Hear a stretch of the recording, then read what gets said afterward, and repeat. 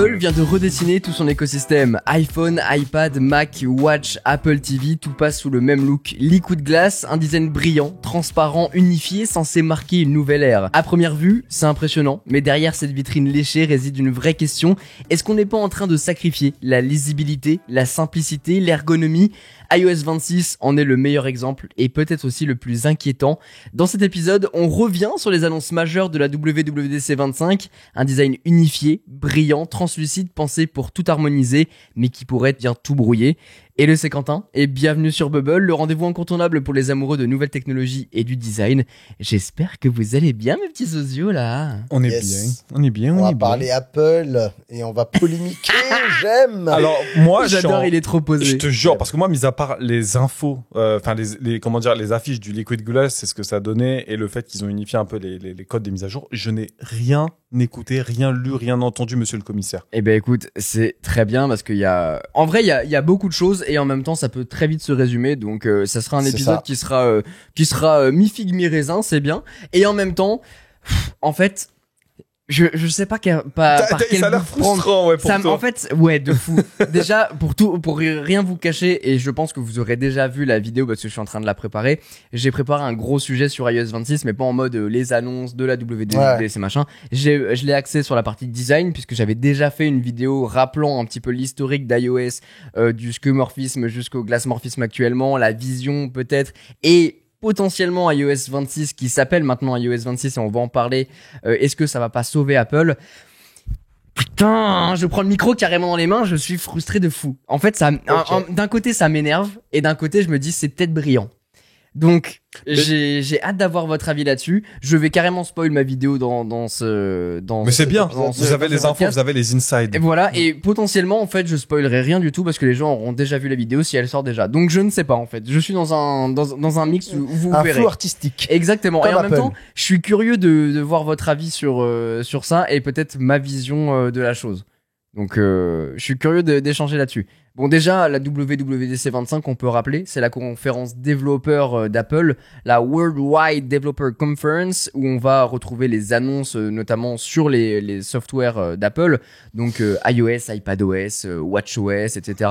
N'hésite pas si je t'emmerde. Hein. Excuse-moi, je suis fatigué, c'était un long week-end, on a beaucoup enregistré dessus. C'est vrai. Toutes mes excuses. Non mais c'est hilarant, il vient de bailler.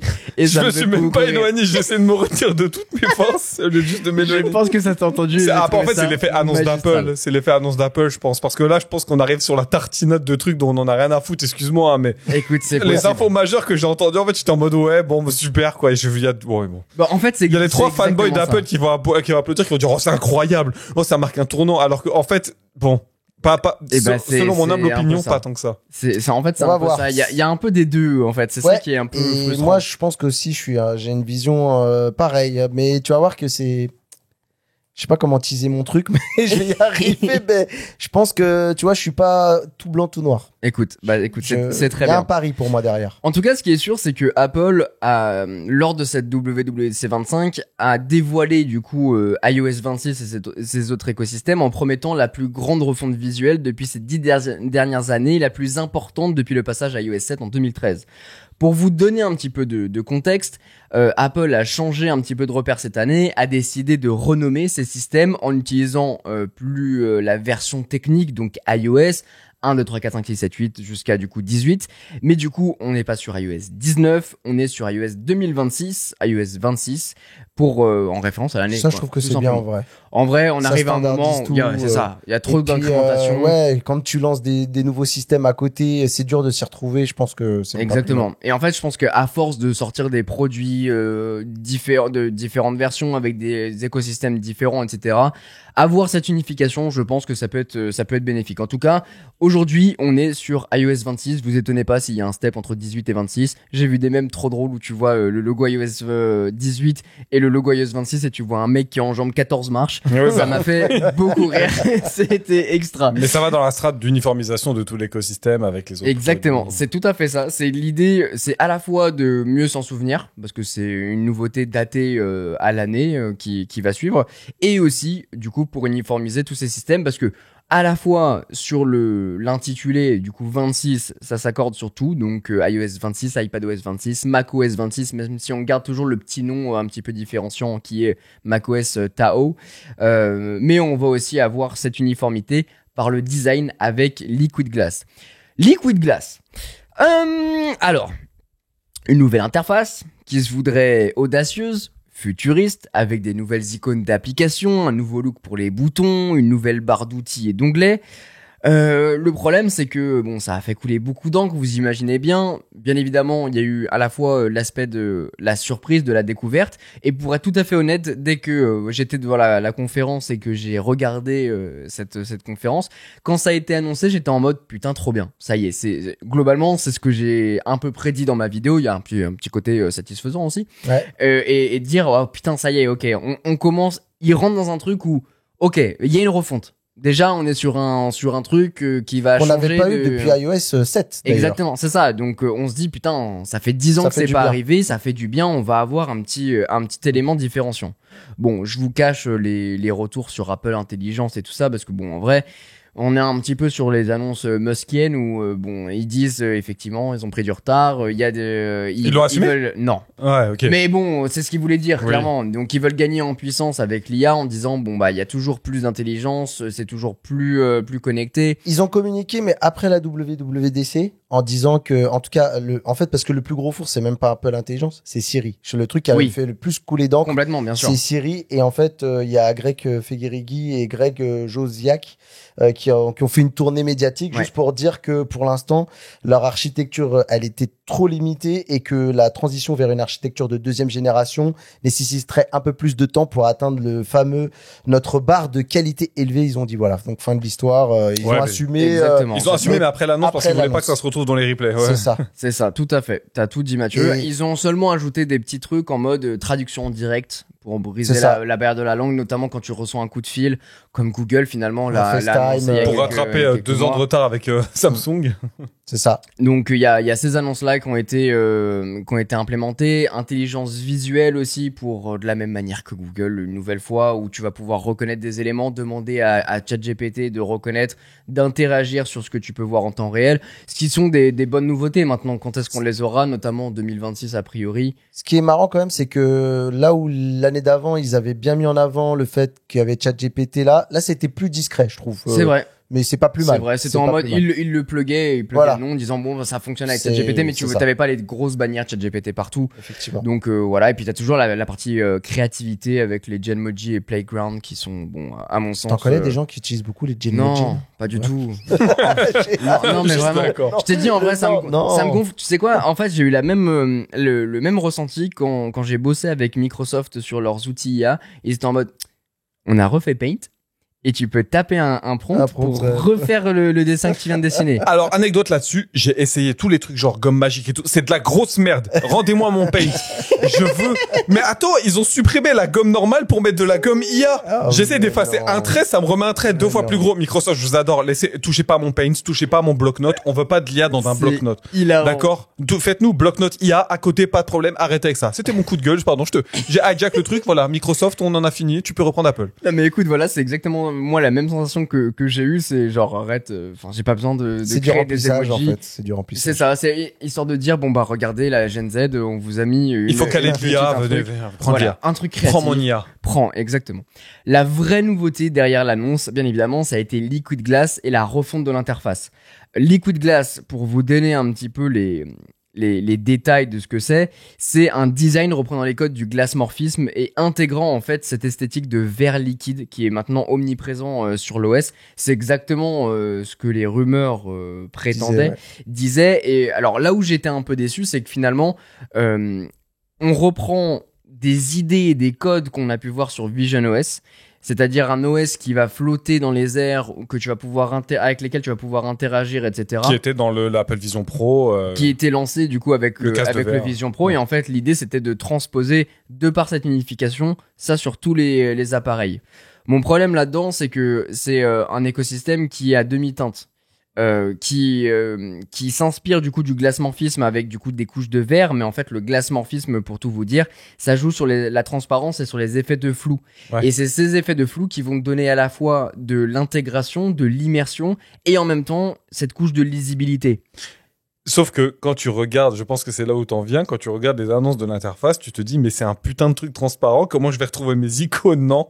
Parce que toi, t'en parles pas beaucoup, mais t'as fait des études de UX design et du UI design, donc tout ce Bien qui sûr. est expérience utilisateur et expérience d'interface, tu connais.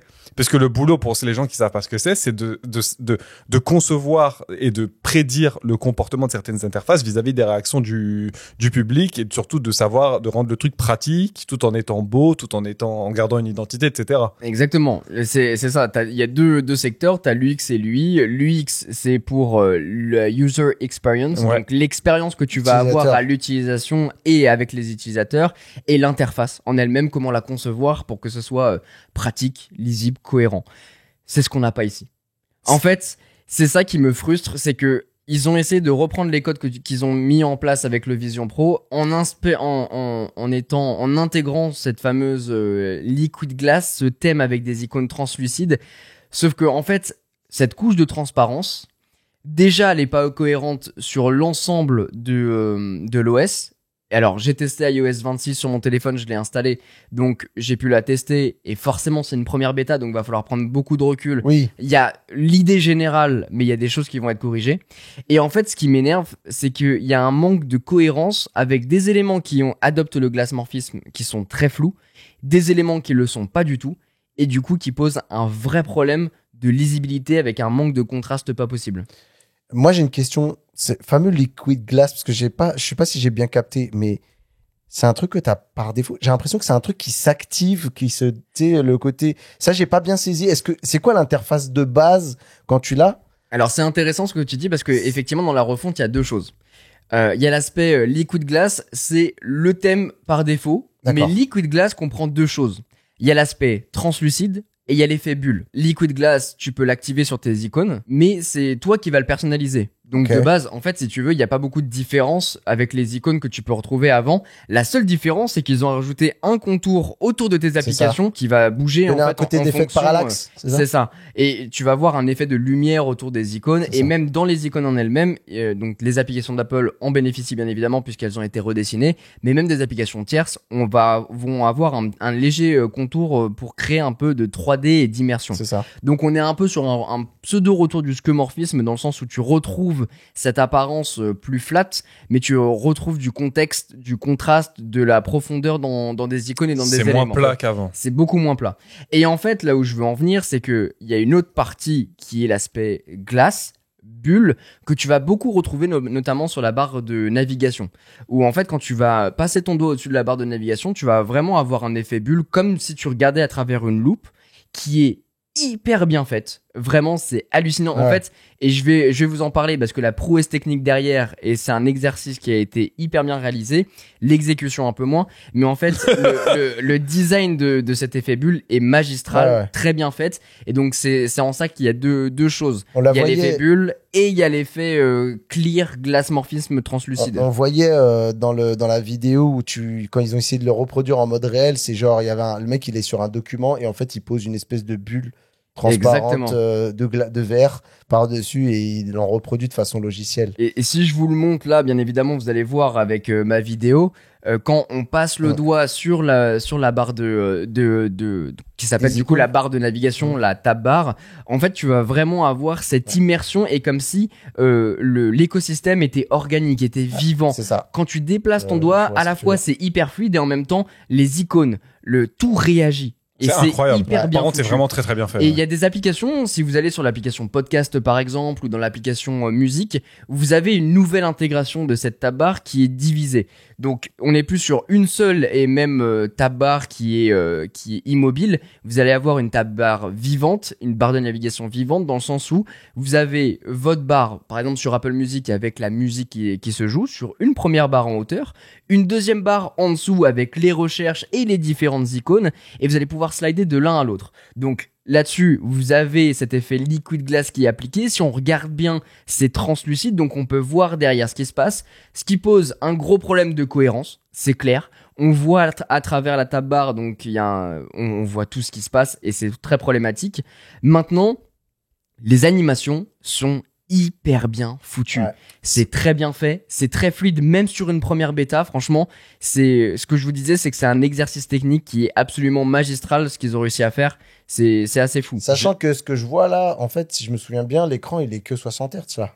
Non, il est 120. Il est 120. Ah, il c'est est, du 120. il est Ah oui, 120 t'es sur le pro. sur Je suis le bête. pro. Ouais, c'est bête. Pardon. Effectivement. Alors maintenant, cette tab bar, elle pose un autre problème et ça poursuit un peu ce problème de lisibilité, même si on va revenir sur le truc de transparence.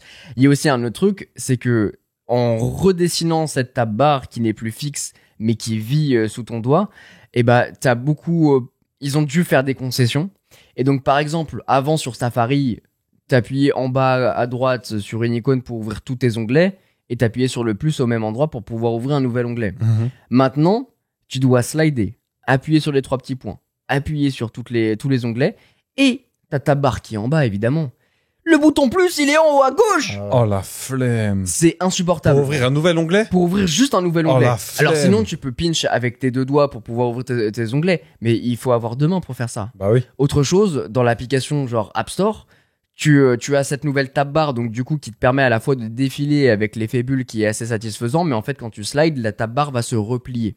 Mais surtout, il y a un truc là, tu parles d'applications spécifiques à chaque fois. Ouais. C'est-à-dire que si toi tu développes ton application, tes YouTube ou un truc comme ça, faut que t'intègres cette Absolument. fonctionnalité. Mais ça a toujours été le cas avec les applications Apple. Mais il y a un moyen plus simple. Je sais pas, ils développent sur des frameworks communs normalement d'avoir une intégration native de ce genre de truc. C'est des dev kits qui mettent en place, Ouais. et donc du coup le développeur récupère l'intégration et toutes les animations finalement, Ok. il dispose ces trucs et ensuite il le propose. Parce qu'en fait, de tout ce que tu m'expliques, j'ai l'impression que ça va faire un petit peu l'effet touch bar de à l'époque sur les MacBook où ils l'ont mis en place et après fallait que l'adoption se fasse par les. En vrai, qui était une bonne idée. Hein. Tu pouvais sur YouTube, t'avais ton play, pause, etc. Sur Adobe, t'avais des raccourcis un peu sympas et tout. Le truc, c'est que c'est resté sur une génération ou deux de Mac quand il y a eu la transition Ça a avec la jamais pris ce silicone. truc là. Ouais. Et voilà. Et puis les gens, ils ont. dit, Moi bah, j'ai un nique ça, gros problème avec cette tab bar justement parce que il y a beaucoup de problèmes d'exécution. Mais c'est ça, et mais même, l'idée est même, bonne. Tu vois, même sur là où je voulais en venir sur l'App Store, Ouais. t'as la tab bar qui se rétrécit, donc t'as toutes les icônes avec les catégories, la home, etc. Le classique.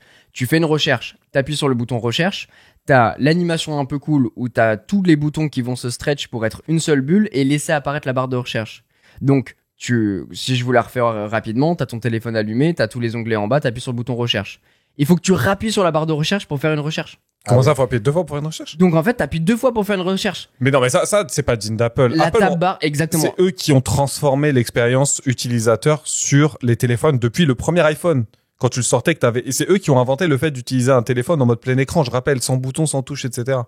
Comment tu peux faire ce genre d'hérésie? Parce que vous dites, ouais, il chipote, t'appuyais 2 fois sur faire une recherche. Non. Rappelez-vous, à l'époque où il y avait Windows Vista qui était sorti et que tu voulais installer un programme ou l'exécuter, tu devais valider que tu voulais exécuter le programme et t'avais l'UAC, le contrôle, Ouais. donc tu avais 2 fois validé. C'est ça. C'est un des trucs qui a fait détester Windows Vista évidemment. à tout le monde. En fait, ça crée de la friction parce que tu veux que ça soit simple, ergonomique. Et c'est les mots d'ordre d'Apple. Exactement. Beau, simple, ergonomique. Ouais, mais je trouve que ça fait depuis quelques années que l'OS, à force de s'ajouter des briques de plus en plus, il s'est complexifié. Moi, c'est vrai que ça faisait longtemps. Il y a un moment, je disais, moi, si j'avais de la thune, j'aurais acheté un iPhone à ma daronne parce que ça a été plus simple. Aujourd'hui, c'est malheureusement de moins en moins le cas, je trouve. Alors, à voir. Peut-être que ça va le devenir au travers de tout l'écosystème avec les mises à jour de l'iOS 26. Enfin, comment dire, l'espèce d'harmonisation, de synergie qu'il va y avoir entre les différents OS. Mais là, j'arrive pas à me projeter, en fait, dans ce qu'ils veulent demander parce que un autre truc, quand j'ai vu alors, de ce que tu me dis, t'as l'air de pouvoir activer le fait d'avoir les icônes en liquid glass aussi.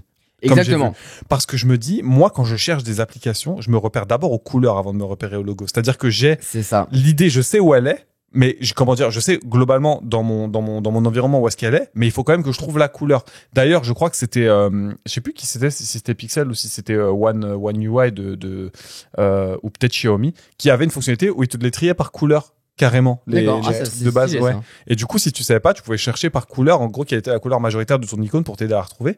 Comment tu fais quand tes icônes, elles sont transparentes? Parce que transparente, ça veut pas seulement dire que tu les vois moins. Ça veut dire dans le cadre du glassmorphisme, qu'elles se confondent avec le fond. C'est ça. Alors c'est hyper intéressant parce que c'est exactement ma conclusion. Mais je vais pas encore y venir parce que je suis curieux d'avoir votre avis. Mais d'abord, je veux que vous ayez le big picture. Je veux que vous Ah, imaginiez faut qu'on tout ça. aide le mood. Exactement. Et que les gens aussi qui nous écoutent l'aient de manière totale. Parce que c'est vrai que il faut remettre en place quand même que c'est vrai que c'est Apple qui a un peu mis en place ce côté je veux que le produit soit ergonomique et avoir la vision globale sur un écosystème. Ils sont très forts là-dedans et parfois ils sortent un truc, tu sais pas ce qui va se passer. À l'instant T, tu te dis c'est de la merde et finalement ils te Ça surprennent. devient un banger, ouais. Par exemple, le port jack, tu te dis mais bordel, pourquoi tu l'as retiré? C'est génial, on en a besoin. Et après ils ont sorti les AirPods. Donc t'as compris. Alors, ça s'est pas fait tout à fait comme ça. Si je peux me permettre, il y avait l'adoption du True Wireless d'abord, et ça a pris quelques générations avant qu'il disparaisse. Ça a pris 2 ans. Ah ouais? Sur l'iPhone? 2017-2019. Ok. Il me semble que de tête, c'est ça. Donc, ils t'ont d'abord dit, arrête avec tes putains de fils, tu casses les couilles, Ouais. globalement. Et après, ils ont sorti des écouteurs qui te disent, voilà pourquoi. Je peux rajouter un petit, mon petit grain de sel. Mais évidemment. Ils ont tenté la même chose sur les MacBooks, et notamment les MacBook Pro, où ils ont dit, nique sa mère les ports, on va mettre que de l'USB-C, puisque de toute façon, l'USB-C, on peut mettre ce qu'on veut. Sauf que dans le cas d'usage professionnel, c'est quand même bien d'avoir un Ah, mais ils se sont HDMI. chiés, là. Machin, le MagSafe. D'accord. Pourquoi faire disparaître le MagSafe? Je pense qu'il y a des gens qui achètent des MacBooks que pour Ils sont revenus au MagSafe, du coup. Ils sont revenus au MagSafe. Mais oui. Donc, Au moins, ils on ont revient au reconnu mi-figue l'erreur. mi-raisin. Ils ont reconnu l'erreur, ils l'ont pas avoué, mais ils ont remis, comment dire, ils sont débarrassés de l'identité du Jackbook Pro, comme il l'avait appelé, comme il avait été surnommé à l'époque. Putain, c'était assez terrible. En tout cas, malgré l'ambition complètement respectable qui a dû prendre des mois, même des années à élaborer ce style qui, comme je vous disais, sur l'exécution, c'est vraiment un exercice technique. Et puis même, j'irai au-delà. Il y a certaines personnes qui ont dit, notamment des designers que je suis pas mal, qui ont dit que, en fait, l'interface était tellement complexe à faire qu'ils l'ont rendu tellement complexe à réaliser et à exécuter que c'est très difficile de les copier, mais en même temps, la réalité des faits, c'est que ça a mal été fait, même sur leur écosystème. Ça, À c'est quel niveau tu veux dire les animations, l'interface et toute l'expérience en elle-même? toute l'interface. Ok. Donc, que ce soit au niveau des animations, mais que ce soit aussi dans l'exécution avec les couches d'effets. Il y a un truc que je vais vous montrer juste pour que vous ayez un petit peu l'idée en tête, et je vous mettrai une capture d'écran pour que vous ayez sur Instagram le rendu. Je vais vous inviter à descendre le centre de contrôle tout doucement. Le centre de notification, pardon, tout doucement. Ah, l'effet. Et vous voyez, il y a un effet De lentille, de diffraction wow. et de Ouais. réfraction au niveau des icônes. Et Ouais. ça, à faire en temps réel, sachant que ça consomme pas d'énergie, c'est hyper fort à faire. Alors, c'est ce que j'allais dire. En fait, j'avais la question depuis tard. Je me suis dit, mais avec tous les trucs d'interface comme ça, est-ce que tu as constaté, toi, de la baisse de l'autonomie de ton téléphone? Alors, c'est une première bêta. Ouais, là, donc la c'est première éclaté, bêta, mais- c'est éclaté. C'est sûr C'est et ça. certain. Parce qu'en fait, quand je vois les interfaces, je me dis, mais en fait, on se rend pas compte, mais simuler de la diffraction de la lumière comme si c'était des éléments, tu sais, comme s'il y avait vraiment la traversée vit, de la en fait. lumière dans un prisme, etc. À simuler, c'est très, très, comment dire, c'est GPU intensif. Ça sollicite Ouais, beaucoup c'est la ça. carte graphique. Et ça montre à quel point ils ont réussi à faire un beau mélange entre le hardware et le software Et- qui est pas mal. Et là, tu m'as demandé de le faire défiler lentement pour voir l'effet. Il y a un truc que j'ai constaté tout à l'heure quand je le manipule un petit peu. Quand je le descends vite, je vois le fond sauter et après revenir. Et ça rend un effet horrible. Ah bah ça, c'est la première bêta. C'est la pour première ça. bêta. Ouais, J'espère que ça, ça va. Je sais pas si je vais le montrer à Mathieu vite fait. Donc là, hop, et regarde, t'as vu? Ouais. La sensibilité du truc, t'as l'impression que derrière ça disparaît et ça saute un petit peu. Alors ça c'est le problème des premières bêtas, c'est que généralement c'est jamais forcément au point, et surtout ça pose des problèmes d'autonomie, mais bon ça c'est normal pour une première bêta. Oui, normal. Ouais. Ce qu'il est à moins- rappeler que c'est pas avant septembre pour Voilà. la version officielle et qu'il faut attendre juillet pour la bêta publique. Complètement. Pour l'instant, on vous recommande pas de la mettre. Hein. Non, c'est vraiment pour tester Voilà. et pour voir ce que Ouais. ça donne. Et pour le côté translucide désormais au niveau des applications, c'était intéressant que t'en parles, Rewan, parce qu'effectivement ça vient de la personnalisation. En fait, on va pouvoir choisir nos icônes qui sont classiques de base, comme ce qu'on pouvait retrouver avant, mais on va pouvoir utiliser un mode clear. C'est ça que je voulais Qui, parler tout à l'heure. C'est ça que j'avais pas bien compris. C'est ça. Donc, tu peux choisir un mode clear. Tu peux qui va choisir un mettre mode toutes les clear, et icônes cette en- fois-ci, tu vas pouvoir transformer toutes tes icônes qui passent du mode normal au mode complètement translucide, et en fait, tes icônes deviennent quasiment transparentes. Et ça, en fait, c'est des options de customisation que tu vas pouvoir choisir en blanc ou en noir pour qu'elles deviennent complètement translucides. À partir de là, ton interface est transparente. C'est ce qu'ils appellent le liquid glass avec l'effet de verre. Et c'est ce qui vient séparer complètement VisionOS qu'ils avaient produit avec iOS 26 et tous les écosystèmes qui vont suivre avec Liquid Glass. J'ai l'impression d'avoir une liseuse dans les mains. c'est moins pire que ce que je pensais quand je l'ai en vrai. C'est vrai. À vrai Alors, dire. D'accord. Ok, maintenant je vais récupérer mon la téléphone pour vous montrer un truc. C'est magnifique. Parce Le que- podcast interactif, on teste en temps réel. C'est ça. Bah, en même temps, j'ai envie d'avoir vos avis pour que vous puissiez avoir une idée de ce qui se passe. Maintenant, vous imaginez Apple avec un iPhone, voilà, les gens qui ont un iPhone, c'est stylé, c'est un écosystème qui est unifié, etc.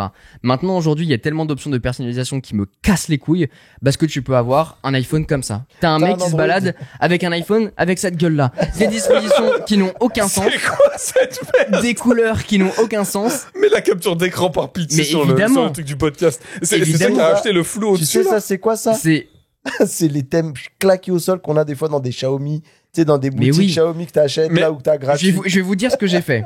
Parce que je vais reprendre les Ou bases. Samsung. J'ai mis un fond d'écran, une photo que j'ai prise. Pour bien la cadrer, il faut que je dézoome. En dézoomant, il se dit, attends, je vais te rajouter du flou au-dessus. Bah, moi je suis un utilisateur lambda. Bien sûr, tu mets du flou. Ok, je vais voir. Tu peux ajouter un effet de parallaxe sur ton fond d'écran, alors que j'ai pas mis là, mais Oui. qui te permet d'avoir une sorte de 3D qui est assez bien. Ouais, Quand assez tu bien déplaces ton foutu. téléphone, gyroscope prend et Exactement, te mais déplace, ça te crée une vraie 3D, t'as vraiment l'impression que le truc ressort. C'est quand même assez bien foutu. Mais par contre, vu que j'ai un fond d'écran, parce que vous aviez kiffé avec le translucide, mais le fond d'écran était flou. Bah oui, c'est du glace-morphisme. Parce que les icônes ont beau être le translucide, mais le fond d'écran est flou, donc tu vois bien ce qui se passe. Là, ce qui se passe, c'est que mon fond d'écran est normal, comme n'importe qui, ma mère qui a une photo de mon bébé sur son téléphone, et bah tu veux voir la photo qu'il y a derrière. Et bah du coup, les icônes sont transparentes. Et donc tu vois rien. Elles En sont plus de ça, illisibles. j'ai changé la teinte parce que comme ça, c'est assorti à ma casquette.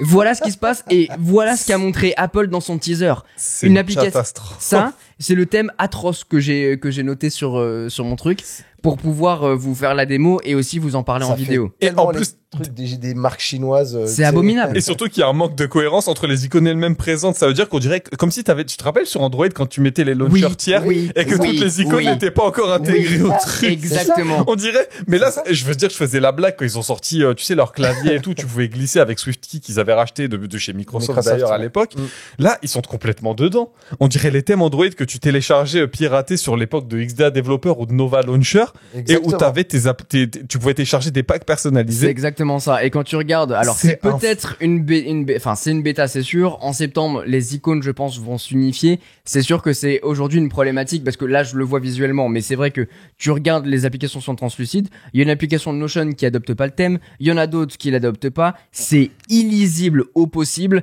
Et voilà ce que aujourd'hui, n'importe qui peut faire sur son iPhone. Tu peux avoir un iPhone qui a cette gueule-là. Et franchement, ça me terrorise. Ouais, je comprends. Franchement, c'est abominable. Pourquoi Apple? Mais c'est Vraiment. surtout, voilà, c'est surtout que c'est Apple qui fait ça, tu vois. Mais C'est ça qui est fou. pour moi, ça relève un autre truc qui est un poil plus, comment dire, plus symptomatique d'Apple, c'est qu'on a l'impression qu'ils ont une déconnexion avec leurs utilisateurs. Je m'explique.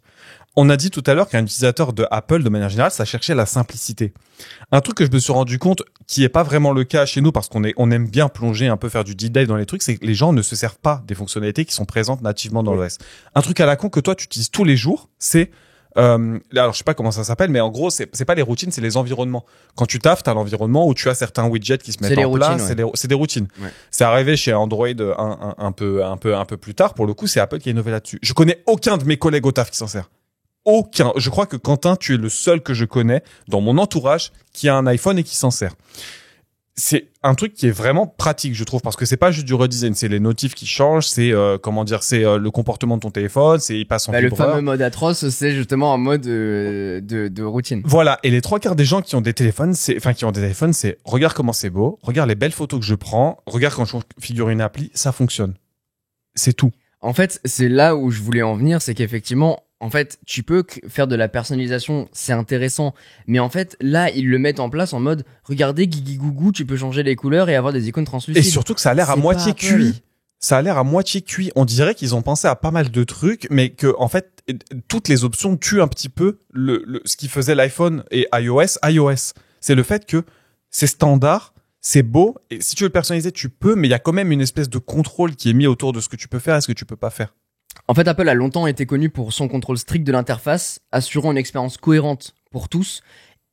Cohérence qu'on perd au fur et à mesure et on commence à arriver à une fragmentation du design entre les utilisateurs qui vont vouloir faire ce genre d'interface un petit peu horrible à mon goût, hein. Custom, où tu vas aller chercher la personnalisation au maximum à outrance, et les personnes qui veulent juste avoir un téléphone simple avec une cohérence, que ce soit au niveau du contenu, de l'utilisation. Et c'est là où je veux en venir, et c'est ça qui m'énerve un petit peu dans cet écosystème. Et il y a aussi le fait que tu adoptes un moment du glace-morphisme, un moment tu n'en adoptes pas, tu vas avoir des couches hyper translucides.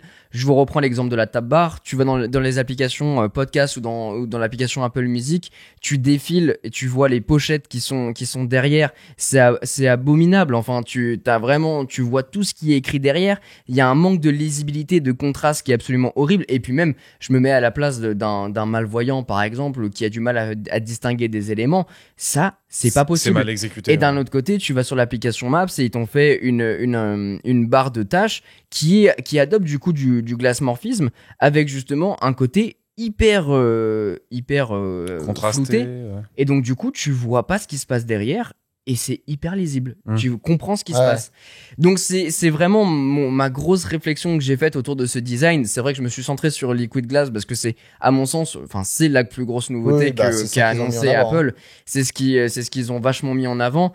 Et même au-delà de ça, et ça c'est ce qui est ouf, c'est que je trouve que Liquid Glass n'est même plus au service du contenu, mais plutôt en train de lui faire concurrence.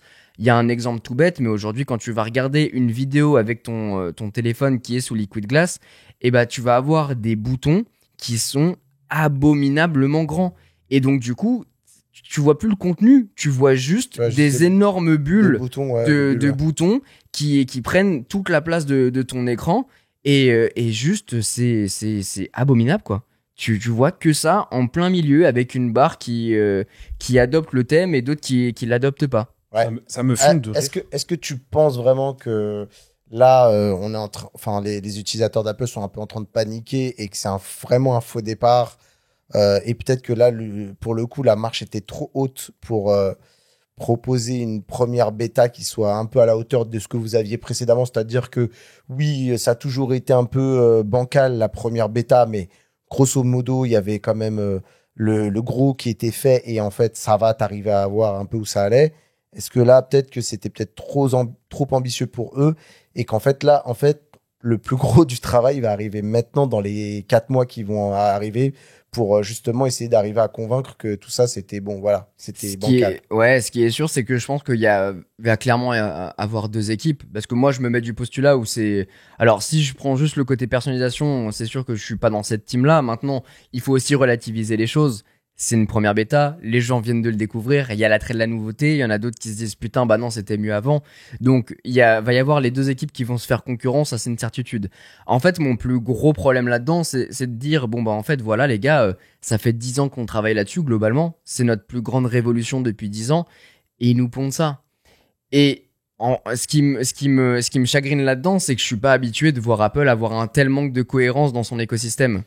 Alors j'ai une question pour toi là-dessus. Est-ce que, et c'est là, moi, le point où je voulais en venir, c'est que c'est tellement maladroit qu'on a l'impression que c'est soit un accident industriel, soit qu'il y a une autre motivation derrière. Et moi, j'ai l'impression que typiquement, ce qu'ils sont en train de préparer là, et c'est comme un peu quand, tu le disais tout à l'heure très bien, ils ont coupé le jack parce que tu casses la tête avec ton fil et qu'après les AirPods sont arrivés et en fait, c'était une évidence.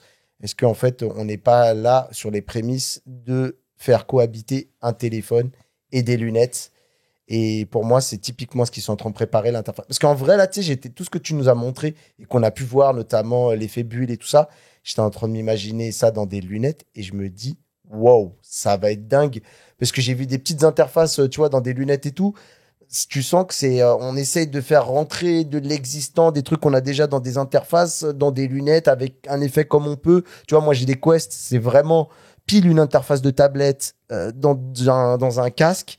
Là, t'as l'impression que c'est vraiment déjà un autre level. C'est-à-dire il pourrait signer un banger en termes d'interface sur des lunettes. Pour moi, c'est exactement ça. Tu viens de résumer ma réflexion et ma vidéo. Merci Mathieu. Allez, fin de podcast. Non, non mais en vrai, on n'est pas ni toi ni moi, on est les premiers à penser à ça. Oui, c'est sûr. Mais blague à part, c'est sûr qu'aujourd'hui, le glace-morphisme, moi que j'apprécie beaucoup et qui est très bien été mis sur Vision Pro, sur des lunettes, ce n'est pas cohérent parce que tu peux pas avoir un pop-up flou devant tes yeux. Ça n'existe pas C'est dans la vraie exactement ce vie. que j'allais dire. T'imagines, demain, t'as un warning qui se met et du coup, t'es en train de marcher dans la rue avec tes lunettes connectées, t'as un gros C'est truc ça. flou qui te masque le trottoir. Alors, Impossible. Faudrait voir parce que, encore une fois, je vous projette moi dans le monde que je connais. Rappelez-vous quand même que les lunettes, le champ de vision pourra pas occuper tout votre espace. Non. visuel. Mais c'est pareil Mais sur téléphone, avec, c'est tu vois, bonne idée, c'est mauvaise ça. exécution. C'est-à-dire que là, le bouton pause sur un milieu de ton trailer qui est très joli, il y a avec le beaux effets de distorsion qu'il y a autour et tout, pas de problème. C'est juste que putain, ça masque la moitié du truc qu'il y a derrière et ça te crée des espèces de trucs qui attirent l'œil un peu à droite à gauche. C'est bizarre. Mais en même temps, alors sur un téléphone, c'est dérangeant, mais effectivement, dans des lunettes connectées, C'est l'enfer. tu as besoin de cette translucidité pour pouvoir voir à travers une notification que C'est tu ça. peux pas te permettre. Et à mon sens, c'est peut-être une première version d'éducation de la part d'Apple pour dire, ok, je vais pouvoir regarder et utiliser mon contenu, mais en même temps, pouvoir utiliser ce qui se passe autour de moi. Aujourd'hui, avec le mode translucide sur l'iPhone, c'est illisible. Ouais. Demain, sur des lunettes, c'est ce qu'il faut avoir. Bien sûr. Donc, est-ce que avec cet écosystème et ce nouveau changement Liquid Glass, Apple serait pas en train de préparer son futur avec potentiellement des lunettes connectées en se disant, bah regardez, aujourd'hui, habituez-vous à ça, parce que demain, ça sera exactement ce que vous retrouverez sur vos appareils. C'est Sachant que je vous rappelle quand même que d'après ce que dit Mark Gurman, il semblerait que chez Apple, Tim Cook, il ait plus que ça en tête. Et peut-être qu'aussi les équipes qui travaillent sur ça, et sans doute que aussi Tim Cook a donné des directives, ils sont entre guillemets obligés de passer par cet état-là un peu incompréhensible et que pour l'instant on est vraiment voilà en train de se dire ils vont dans un mur pour déjà satisfaire l'ambition de Tim Cook, notamment des lunettes qui semblent vraiment devenir le truc sur lequel il pense plus qu'à ça. Et en fait, ce qui est aujourd'hui nous paraît complètement fou va devenir demain. Une norme. En fait, on s'est dit c'était ça la vision, et c'est juste que nous on n'avait pas tous les éléments à notre portée. Exactement. À mon sens, en tout cas, c'est une première piste de réflexion de me dire, bon bah voilà, en fait, tout comme on n'avait pas la vision sur la suppression du jack, aujourd'hui on n'a peut-être pas la vision sur pourquoi ils ont créé Liquid Glass. Maintenant, si tu reviens un petit peu terre à terre en te disant, bah voilà l'exécution qui a été faite et voilà ce que tu vas avoir sur ton téléphone demain, bah c'est très mal exécuté. Et en même temps, avoir ce téléphone qui est encore plus vivant, plus organique, presque même naturel dans sa manière d'être utilisé avec des jeux de lumière, ça vole, ça survole sur ton doigt, exactement comme ce que tu peux retrouver avec une interface sur du Vision Pro, avec la manipulation avec les doigts, sur les casques VR, sur le Quest 3, le Pro, où t'as vraiment l'impression de toucher l'élément. Et ça, franchement, réussir à l'avoir fait sur le téléphone avec une interface, c'est magistral. Et ça, c'est un gros coup de chapeau qu'il faut leur remettre. Et au final, l'erreur, c'était peut-être pas de soit pouvoir présenter un prototype de lunettes, entre guillemets, et de faire un petit peu le lien entre les deux en disant voilà pourquoi on fait ça et voilà vers quoi ça va. Et moi, ce que je pardonne peut-être même encore moins, c'est ok, on peut me rétorquer en me disant ouais, mais peut-être que les lunettes, elles sont pas encore, tu vois, prêtes. Bah, dans ce cas-là, il aurait peut-être fallu essayer de combler avec le Vision Pro en disant regardez, c'est le lien qui fait entre les deux. Et après, plus tard, J'aurais projeter fait une les gens. interface de transition. Tu vois, Clairement. c'est ça. Et c'est là où je voulais aller, c'est peut-être aussi la faiblesse de se dire, bah effectivement, on a fait le Vision Pro qui était plutôt un produit de niche de par Le prix, le prix, l'accessibilité aux développeurs, etc. Bah, on a besoin peut-être de quelque chose, d'un média qui est déjà vastement plus disponible pour faire un premier jeu de style avec cette interface-là, Bien qui sûr. deviendra le futur de Dans tous tout les cas, l'écosystème. L'iPhone, c'est le porte-étendard d'Apple. C'est C'est clair. ça qui lui fait monter déjà les ventes, mais c'est surtout ça que les gens connaissent le plus. Bien sûr. Les gens veulent un iPhone avec une belle interface. Et sachant qu'aussi, il faut peut-être remettre dans le contexte les choses qu'on connaît pas et qu'on n'a pas. Donc moi, j'aime bien aussi avoir des petites théories du complot. On sait qu'il y avait un Apple Vision non Pro qui est dans les cartons, qui doit bien ne pas tarder. Mais je sens que en même temps, à Ils l'intérieur, font machine arrière pour les lunettes finalement. bah, Ouais. ouais, et même pas ça que ça, mais que peut-être qu'il y a des contrariétés avec l'arrivée de cette Apple Vision non Pro et que du coup, tu vois, la keynote, elle est pensée des mois à l'avance. Et Évidemment. entre le fait de se dire que peut-être à la WWDC, il y aurait eu cette Apple Vision non Pro qui aurait été présentée et que tout ça aurait pu faire un lien, peut-être qu'avec des retards qu'il y a, qu'on n'est pas au courant, tu vois, des problèmes internes, des battles entre les uns et les autres, fait qu'en fait, ce truc, il sort un petit peu dans une incompréhension générale parce que c'était pas la keynote qu'ils avaient prévue à la base, la vision qu'ils devaient nous présenter. Complètement. Et je voulais faire un tout petit aparté sur iPadOS. Ouais. qui a été Parce pour moi que- la réussite. Exactement, parce que effectivement, on a beaucoup parlé de Liquid Glass. Je pense que c'était l'essentiel parce Ouais. que vous avez beaucoup de vidéos qui résument la WWDC, donc on voulait pas dans ce podcast aborder l'entièreté parce que c'est pas forcément intéressant. On essaie d'aller chercher un sujet de fond et de s'y tenir. Maintenant, il y a deux trucs qui sont intéressants et qui à mes yeux ont marqué. iPadOS du coup 26 qui devient un peu plus pro et surtout qui adopte l'interface d'un Mac. Ouais. Grossièrement. Théorie du complot aussi, pareil. Alors, je suis d'accord Les avec toi. pyramides sont-elles Non, mais- triangulaires? Ouais, c'est ça. Non, mais en vrai, Les générateurs d'électricité, tu veux dire? je suis d'accord avec toi. Ou est-ce que, l'iPad est pas le fruit d'une possible rencontre un jour du Mac qui va peut-être un jour adhérer à l'interface d'iPadOS?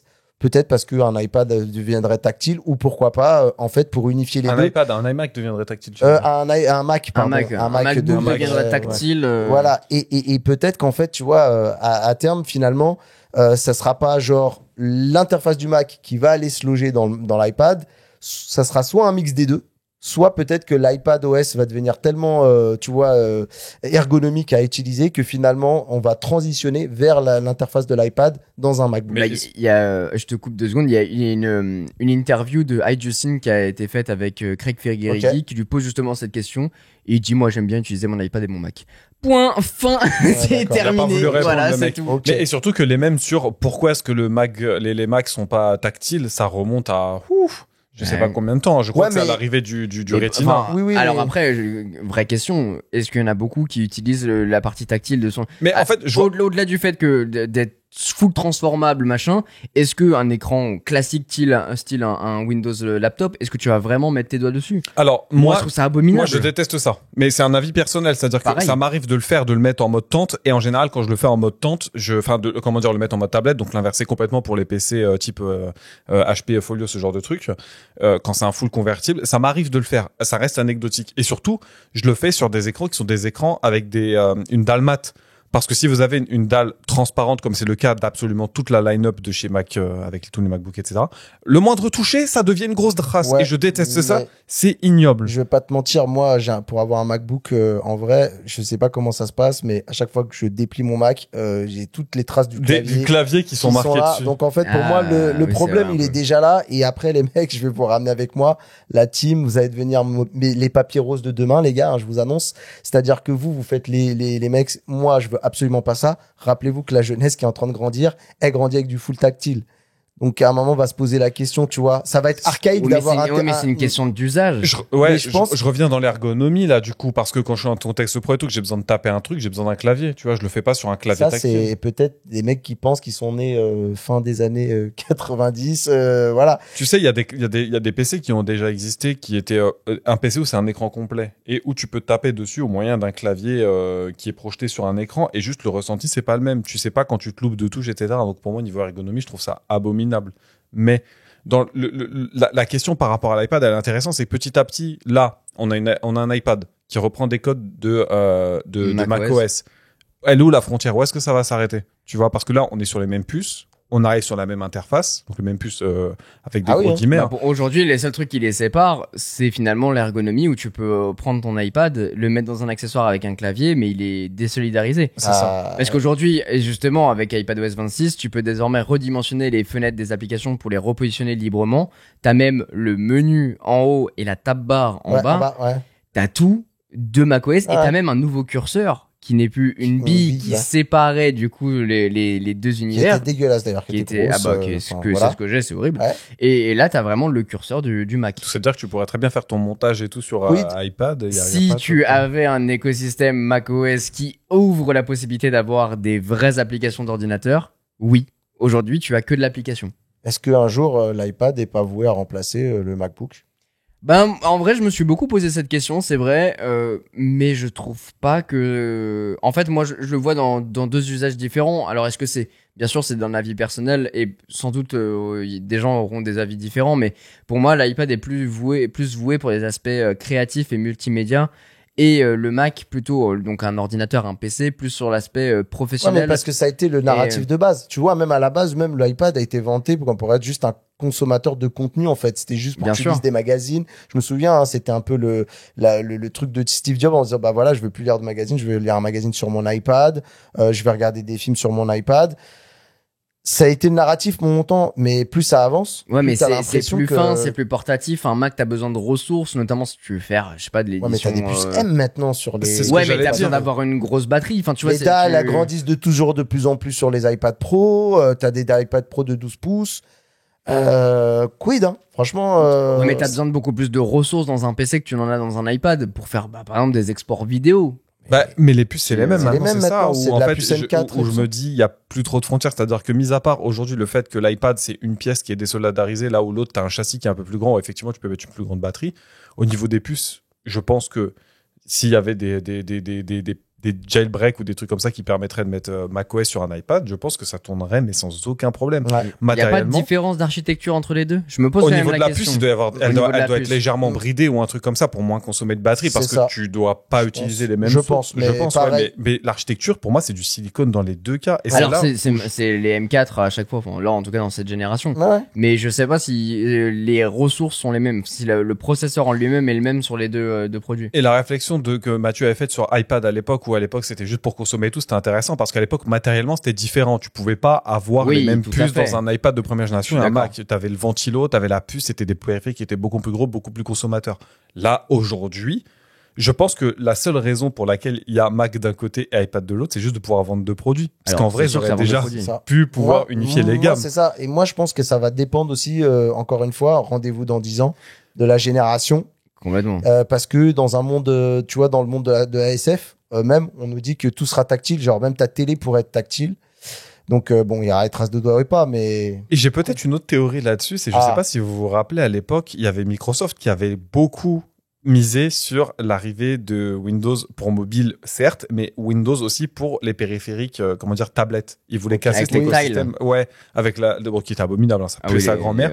Donc, tu avais Windows RT qui était aussi une tentative de faire de l'ARM, Ouais. Windows ARM qui a pas Claqué au sol. bien fonctionné. Et après, plus tard, il y a eu la gamme Surface, avec notamment le Surface Book, que j'ai beaucoup aimé. Moi, j'ai que j'ai adoré. pas Surface acheté. laptop. Alors non, pas le book spécifiquement. Non, non, le le book. laptop, il était, c'était un PC portable traditionnel. Le book, tu te Tu rappelles, il pouvais faisait l'enlever, tablette. il se déclipsait. Il se, Il t'avais s'appelait deux le gars- Book. Ouais, le le Surface Non, Book. c'est le Go. Non, Surface Book. Go, c'est une tablette. Go, c'était une de- C'est- Ok. Et encore, non, c'est pas que tablette, Non, parce que Go, t'as un c'est la Surface version laptop pas Go. chère. Ouais, c'est ça, c'est la version pas très chère. gamme. Ok. Ah non, le Surface Book, tu verras. Il avait une charnière un peu en accordéon. Très Tu te rappelles épaisse. Ah oui, oui, il oui, avait oui, une oui, oui. Nvidia à l'intérieur. je me souviens, Ouais, il c'était avait une dingue, carte graphique, c'était- une 1050 ou un truc comme ça, ouais, qui était c'était vraiment plutôt bien dopé pour l'époque. Au niveau, interface et comment dire, visuel, il ressemblait beaucoup à un Mac d'ailleurs. C'est un Surface Pro monté en PC portable. Et tu, Ok, voilà, d'accord. et ils ont beaucoup misé sur le fait de pouvoir faire de la mobilité avec du Microsoft. Et je me demande si eux, ils attendent pas d'avoir passé un peu ce traumatisme et surtout d'avoir appris des affres que Microsoft avait, puisqu'en fin de compte, ça s'est quasiment jamais fait, alors qu'à l'époque, pour tout Windows 10 et depuis Windows 8, ils avaient essayé de le faire. Aujourd'hui, ça a plus trop l'air d'être la volonté, puisque les tablettes, c'est assez anecdotique. Ouais. Les Surface Pro, Oui, il y en les a hybrides plus et tout énormément. ça. Alors si les Surface Pro, j'ai fait il y a pas longtemps les annonces. Enfin, les annonces. J'ai vu les annonces.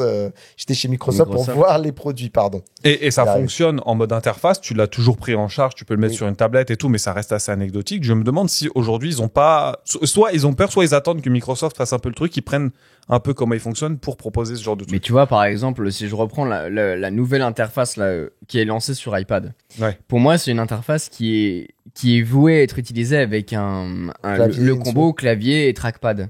C'est plus une interface vouée à être utilisée avec le doigt. Un curseur, tu l'utilises pas avec le doigt. Bien sûr. Le fait de pouvoir remonter avec ton curseur pour C'est- afficher une tab, c'est fait avec un curseur, pas avec un doigt. C'est Ouais. pour ça que tout va pour moi dans le sens de. Bah ouais, mais Et c'est pour ça que pour moi, c'est en ça que il y a encore la différence et la frontière entre l'iPad et le Mais- Mac et que les deux peuvent pas être. Bah, c'est pour ça que fonctionner ensemble. je mettrai pas un billet sur la table en te disant que macOS va aller dans un iPad. Par contre, que les deux interfaces fusionnent et qu'ils prennent le meilleur des deux pour faire une toute nouvelle interface ou pourquoi pas même imaginer, parce que ça me fait marrer de te voir, tu sais, quand tu changes de thème, là que tu mets tout en glace et tout, carrément un combo où tu as un macOS standard quand tu le mets et comme le Surface Book, tu retires la partie tactile et, Et tu ça passes dans une pivote interface à tablette. une interface iPadOS qu'on a vu là. C'est un truc de Oui, ouf. bah écoute, En tout cas, c'est un gros sujet qu'on verra Est-ce d'ici qu'ils les sont en train de prochaines le années. Quoi. préparer ou J'ai pas une dernière petite anecdote parce que elle a quand même sa symbolique, elle est passée un peu inaperçue. Apple a annoncé que c'était la dernière version de macOS qui serait compatible avec les processeurs Intel, et j'ai eu une grosse pensée pour les Hackintosh qui vont du coup disparaître une fois que cette mise à jour là sera Et passée. mon Mac Pro qui d'ici quelques années sera obsolète. Ouais, ça c'est peut-être la partie la plus terrible. Ouais. Ouais, mais je me disais quid du peut-être un jour en fait finalement les Hackintosh reviendraient monter sur des ARM Snapdragon. Ça Alors, pourrait être très drôle. Ça serait très rigolo. Après, il y aura toujours les portes à la virtualisation qui vont virtualiser de l'ARM sur une puce Intel, donc ça va être abominable à mon avis niveau performance, mais pourquoi pas. Et si vous voulez une autre anecdote dessus, chez moi, le PC portable que j'utilise en mode un peu travail léger, rien à foutre, c'est un MacBook Air de 2011, je crois, qui est monté sur Debian, donc il y a une distribution Linux Debian 12. Qui fonctionne encore très très bien. Voilà. Bah, il y aura des alternatives. En vrai, ce truc-là risque de devenir très populaire pour ceux qui vont se retrouver avec des Intel. Il y aura des bras, alternatives, bah, et c'est peut-être que Quentin il va t'appeler, frérot, il va falloir m'installer une Debian sur mon MacBook. Ce serait sur mon légendaire. Mac Pro, En vrai, peut-être une idée de challenge, un Quentin qui migre tous sur Windows ou sur Linux pendant une semaine là. Oh, Ça va être catastrophique. les gars, j'ai craqué. J'ai acheté un MacBook Pro. Mais C'est vrai non. Oui. Ah, Il ne Ça l'a y pas est. dit, il l'a Non. vraiment, il ne l'a pas Je dit. l'ai gardé pour la fin. Ouais, Ça y non, est, tu ça y l'as est. acheté. Alors, t'as fait quelle Ça y est. config là? T'as fait le config salade tomate oignon? Ouais, j'ai fait. Ouais, T'as fait le all out, t'as tout acheté. j'ai fait du sale. Aïe. Là, j'ai fait du sale. Oh. J'ai fait M4, M4 Max, Ah. 64. Ok. Ouais. Donc là, le montage dans le TGV, quoi. Là, le montage sur Là, c'est les LLM. avec Elon Ah, Musk c'est sur la ça Lune. qu'on m'a dit tout à l'heure. Elle me disait, ouais, le PL, il a sauté, je comprends pas et tout. D'accord, ok. Ah là, Ouais, alors, pourquoi j'ai 8 messages en attente de ma comptable? C'est bizarre, j'étais jamais inscrit chez Sofinco. Ouais, on reçoit des Et du coup, vraie question, est-ce que ce MacBook Pro, est-ce que ça va devenir ton délire et tu vas virer du coup ton Mac Pro qui est la tour de l'époque, ou est-ce que tu vas en plus acheter un Mac Studio ou un truc comme ça? Alors, en fait, c'est la question qui me blesse parce que d'un côté, le Mac Pro est à la fois un objet de collection et en même temps un monstre de guerre que j'avais fait à l'époque, et en même temps, il y a beaucoup de fois où je me retrouve avec des problèmes d'export, des problèmes parce que ça saccade et tout quand je suis en montage, parce que c'est finalement pas très bien optimisé C'est avec Intel, Premiere quoi. Pro, et ça casse les couilles, et c'est Intel.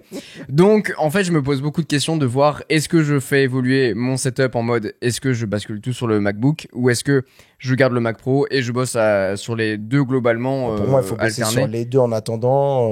Pour moi ça va être ça dans un premier Et temps, après, et ensuite tu finis sur Debian avec le Mac Pro.